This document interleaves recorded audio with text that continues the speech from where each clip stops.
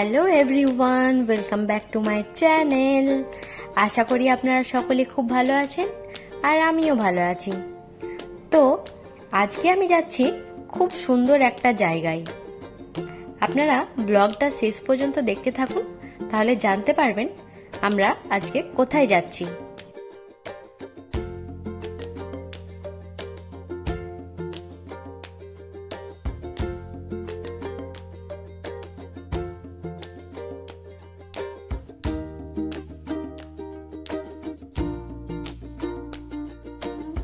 তো আমরা যাচ্ছি এই শহরের কোলাহল থেকে দূরে, বারাণসী থেকে প্রায় 60 কিলোমিটার দূরে অবস্থিত রাজদারি আর দেবদারি জলপ্রপাত।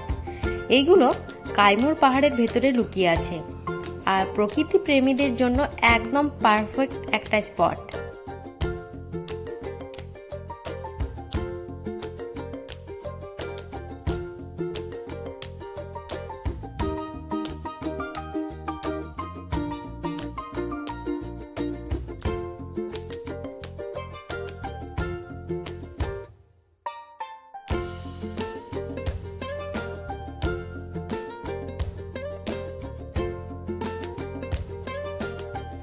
আর আপনারা কি জানেন, এই যে কাইমুর পাহাড়, সেটা কিন্তু ইউপি আর এমপি মানে উত্তরপ্রদেশ আর মধ্যপ্রদেশের মাঝে বর্ডারের মতো কাজ করে।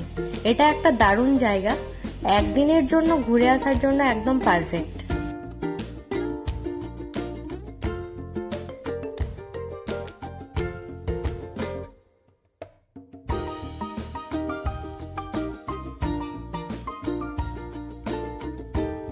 শহর থেকে যতই দূরে যাচ্ছি ততই চারপাশটা সবুজ আর শান্ত হয়ে আসছে, আর এই ফিলিংসটা কিন্তু দারুণ। আপনারাও যদি শহরের কোলাহল থেকে কিছু সময়ের জন্য রেহাই পেতে চান, তাহলে একদিনের জন্য এই জায়গাটা অবশ্যই ভ্রমণ করে আসতে পারেন।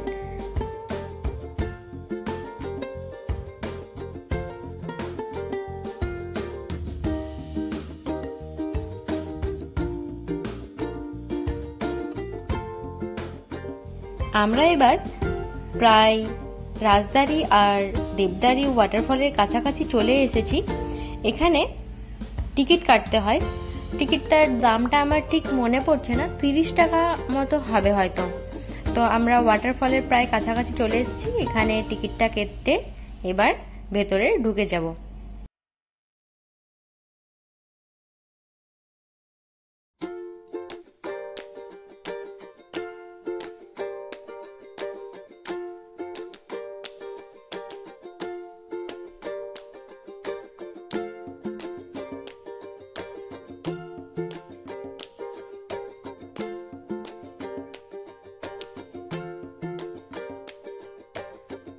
আমরা এখানে আসার পরেই প্রথমেই একটা ব্রেড পকোড়া আর সঙ্গে 1 কাপ করে চা সবাই খেয়ে নিয়েছিলাম। তারপর জলপ্রপাতের দিকে গিয়েছিলাম। এখানে দাঁড়িয়ে দাঁড়িয়েও ওয়াটারফলের যে সাউন্ড সেগুলো আসছিল।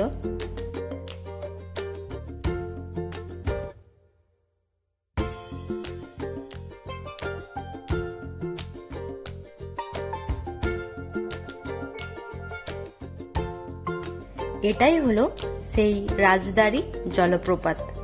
প্রথম দৃশ্যটা দেখেই একদম মুগ্ধ হয়ে যাবেন। পাহাড় থেকে জল পড়ছে, চারপাশে সবুজ প্রকৃতিতে ভরা, যেন প্রকৃতির আঁকা এক ছবি। তারপর আরো দারুণ একটা ভিউ দেখার জন্য আমরা আরো একটু কাছে চলে এসেছিলাম। তারপর এখান থেকে যে দৃশ্যটা দেখলাম সেটা ভুলবার মতো নয়। ভিডিওটাতে আপনারা অতটা অনুভব করতে পারবেন না যতটা চোখে দেখে অনুভব করতে পারবেন।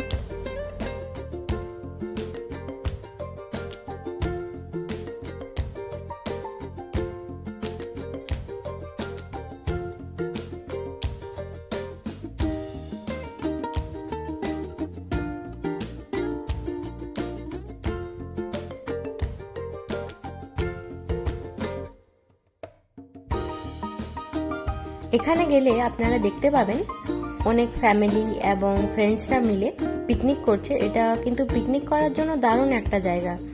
আমাদের এই ব্যাপারটা জানা ছিল না, সেজন্য আমরা করতে পারিনি। তারপর ওখানে গিয়ে আমরা ভাবছিলাম যে যদি আমরা জানতাম যে এখানে পিকনিক করা যাবে তাহলে আমরাও সেরকম কিছু একটা করতাম।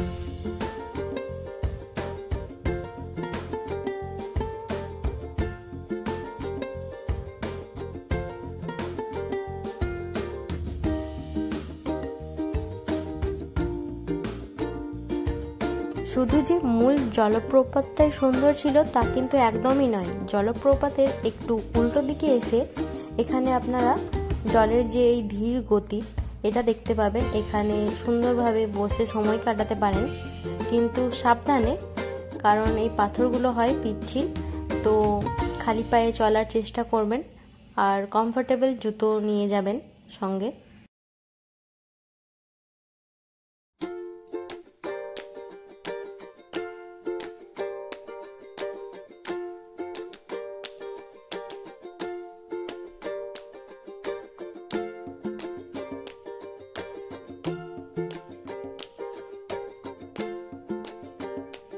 কিছুক্ষণ ঘোরাঘুরির পর সবাই একটু রেস্ট নিয়ে নিল আর কিছু চিপস আর কোল্ড ড্রিঙ্কস খেয়ে তারপর আমরা বেরিয়ে পড়েছিলাম দেবদারি জলপ্রপাতের উদ্দেশ্যে। এটা রাজদারির একদম কাছেই আছে, তবে এখানে ভিড় কম থাকে, তাই জায়গাটা অনেক বেশি শান্ত আর নির্জন। আর এই দেবদারি ওয়াটারফলের যে ভিউ সেটা কিন্তু দুর্দান্ত, আর এখানে জলের শব্দ যেন আরো স্পষ্ট শোনা যায়। আর সত্যি কথা বলতে এই জায়গাটা কিন্তু আমার দারুণ লেগেছে। এখানে লোকজনের সংখ্যা কম ছিল, তো খুব ভালো লাগছিল। এখান থেকে আসতে আমার একদমই ইচ্ছা করছিল না। আর তারপরে এই যে পাহাড়ের ওপরে যে গাছগুলো, সেটা তো মনে হচ্ছিল অন্যই এক দুনিয়া।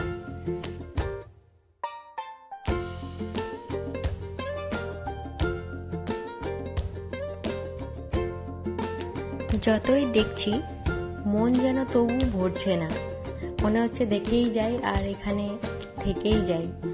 তারপর মেঘটাও করেছিল দারুণ, তো এখানে বেশ কিছু ফটো ভিডিও নেওয়ার পর বৃষ্টি শুরু হয়ে গেল। তারপর ওয়েদারটা তো একদম দারুণ হয়ে গেছিল।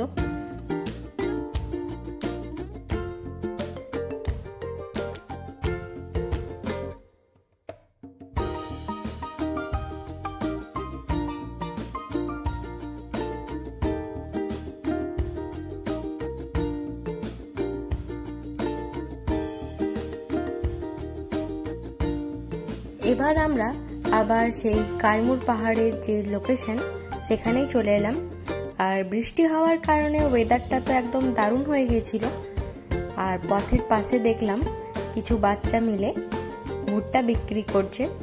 তো এরকম সুন্দর আবহাওয়াতে ভুট্টাটা তো মিস করাই যায় না, তাই না?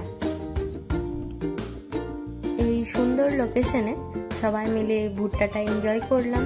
তারপর চলে গেলাম বাড়ির পথে, মানে আবার সেই শহরের পথে। কিন্তু এখনো কিছুটা পথ বাকি আছে। এই রাস্তাগুলো আপনারা দেখুন কতটা সুন্দর লাগছে দেখতে।